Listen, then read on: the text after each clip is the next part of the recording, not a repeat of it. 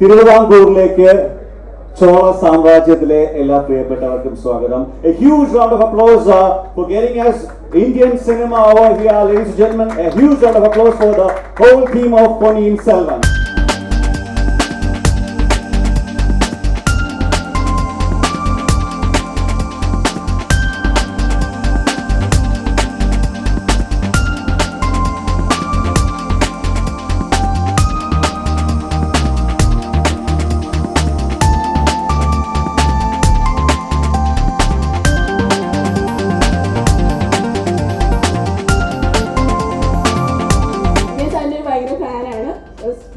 എനിക്ക് 2012 ബിഗിൻ ചെയ്യാനിരുന്ന മൂവിയാണ് PSN1 2012. But കുറച്ച് ഫിനാൻഷ്യൽ ക്രൈസിസ് കാരണം അത് സ്റ്റോപ്പ് ചെയ്തെന്ന് വായിച്ചിരുന്നു. സോ 2012 to 2022 വരെയുള്ള ആ ഒരു ജേണി, ഐ മീൻ സ്ട്രഗിൾ, അതെങ്ങനെയാണ് ആ ഒരു സിനിമയിലേക്ക് എത്തിപ്പെട്ടത്, അത് അറിഞ്ഞാൽ കൊള്ളാമെന്നുണ്ട്. No, it didn't happen in 2012. I think it's a good thing it didn't happen. Because the technology after that has improved a lot, and I was able to assemble a bigger set of actors, and we had the funds to do it the way we wanted to. So I think everything happens for a purpose. ഈ story വന്നിട്ട് ചോള രാജാക്കന്മാരുടെ കാലത്തുള്ള കഥയാണെന്ന് പറയുന്നുണ്ട്. അപ്പോൾ അതേ സമയത്ത് പൊന്നിയിൻ സെൽവൻ ഒരു book base ചെയ്തൊരു കഥയാണെന്ന് പറയുന്നുണ്ട്. അപ്പം ഇത് എത്രത്തോളം ഫിക്ഷൻ ആണ്, എത്രത്തോളം റിയൽ സ്റ്റോറി ഇതിനകത്ത് വന്നിട്ടുണ്ട് sir? Historical fiction. There are some characters which really existed in the Chola period, and from there Kalki had written this, with lot of fictional characters also involved in it.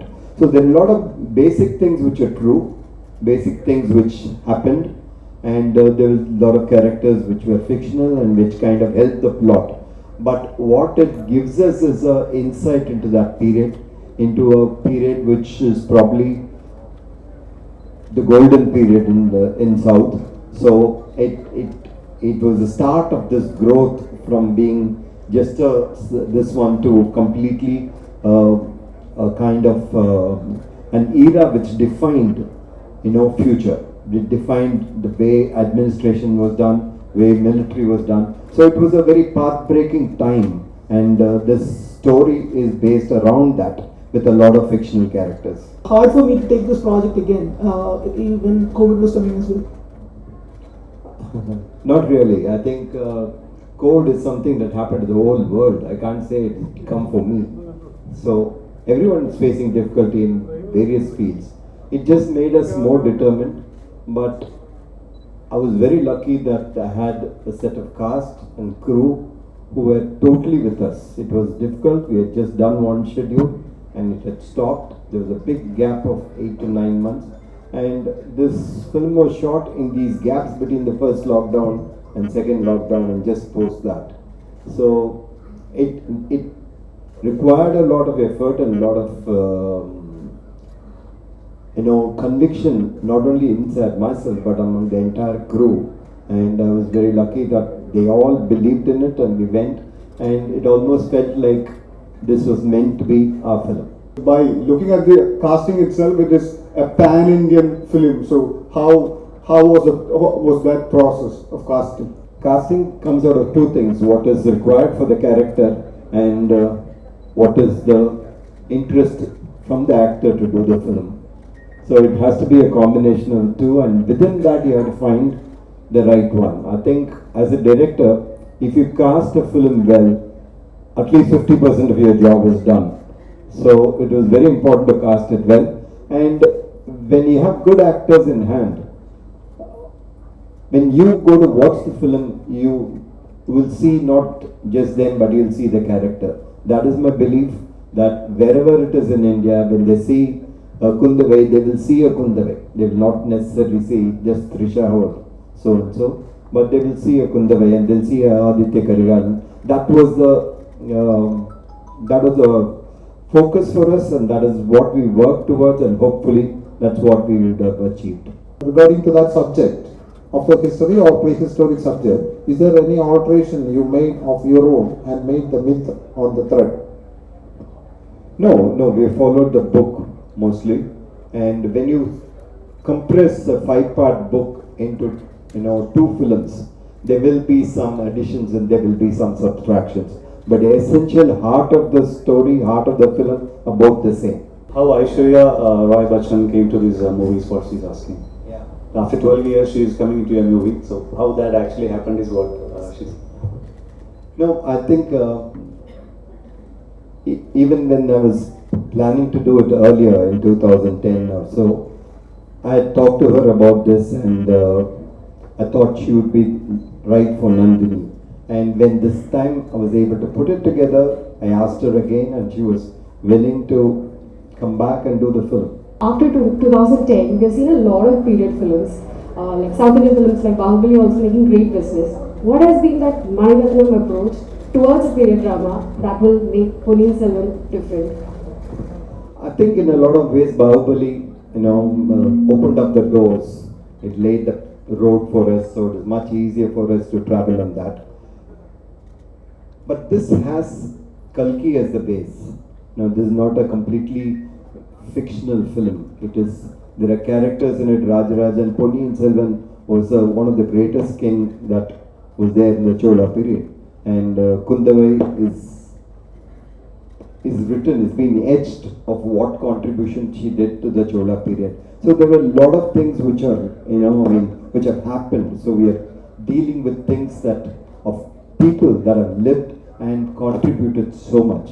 So that in itself drives you into making the film, takes it different from everything else. So when I made the film, I was never in doubt whether it will be compared.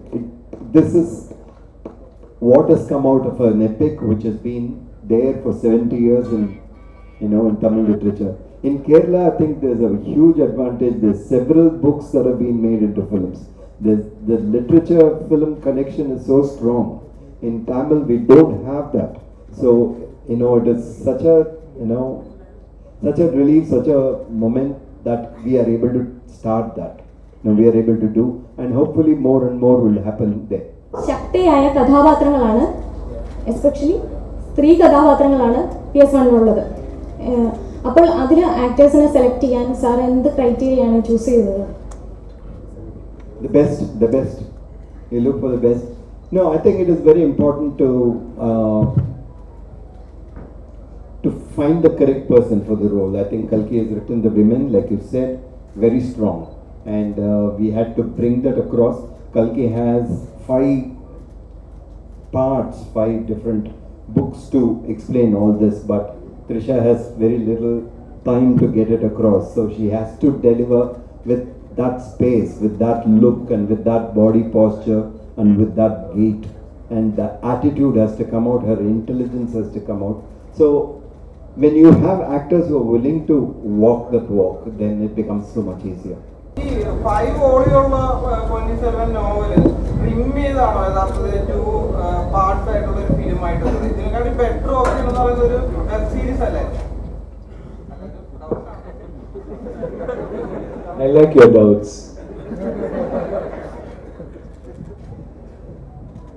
First time I read Ponniyin Selvan, I must have just finished school, and when I read it, I looked at it as a big screen thing. Everything looked big to me. The adventure, the horses, the war, the women, everything appealed to you as something which is so graphic, so big. So it has always been a film for me. It has never been looked at the option of being a web series. I'm sure, it can be done. I'm sure somebody will do it some point of time. Maybe you will do it. But to me, it is meant for the big theatre, meant for cinema. It has everything that that we celebrate in cinema. Could you just tell us, which is the biggest challenge you faced when you're shooting for this movie? Because this is your dream project also. Could you just tell at least 1 or 2 instances? Everything is a challenge, I think. There are people who have made period films before and they've done it well. But when you have to take every decision, how somebody will look, what they will wear, what will they carry, whether in war, whether they wore helmets or not. So everything has to be checked, everything has to be studied, and then only we can take a next step. there's no way you can be 100% sure of anything.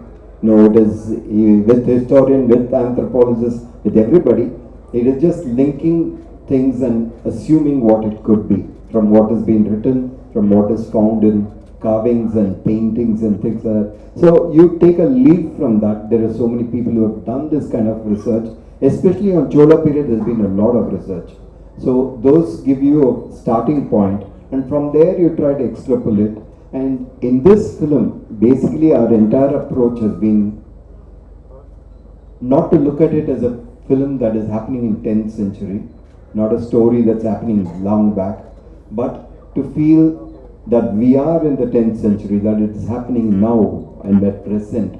So we wanted it to become real. We didn't want the dialogues to become stagey, to be look like dialogue, but it should sound like people who are then and there, and have all the elements that were present to make it real. And so, Mani sir, my understanding is like we are all hearing this is one of your biggest dream from since 1994, and now with the dream it is like an epic one which has been coming out. We are 100% sure. So that dream is almost done. What is your next biggest dream? Dreams have to happen, and when you're in films, everything looks like a story. Everything looks like a potential to do a film. It's only whether you are capable of making a film on that or not is the only issue. Yeah, so there's so many things that can be done, so many things that you want to do, but you should be able to do it. It should be right, and you should be able to. There are, sometimes there are subjects which come with the thought, but you keep it, suppressed for a long time till you find the right, vehicle for it, like right situation and the structure for it. So it will happen. Dreams keep coming. Tonight maybe when I go to bed I'll get a dream.